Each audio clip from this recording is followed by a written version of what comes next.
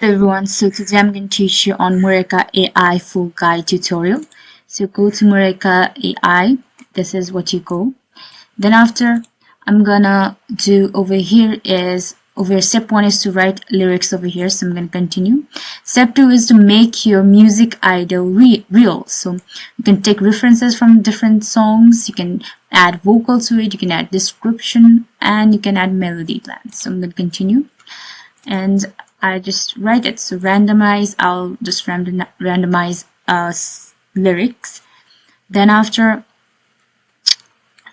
doing this, I'm gonna reference to any song I want. So right now suppose I'm gonna use this as my reference. And then after I'm gonna use vocal. For vocal I'm gonna use this. And I just go add description to it, like R&B and like Zaz. Then after I'm gonna do is create. So yeah, I just created a music right over here and it's loading. So I need to subscribe to the Pro for exclusive privileges. So I've just created a song right over here. This is the song that I've created.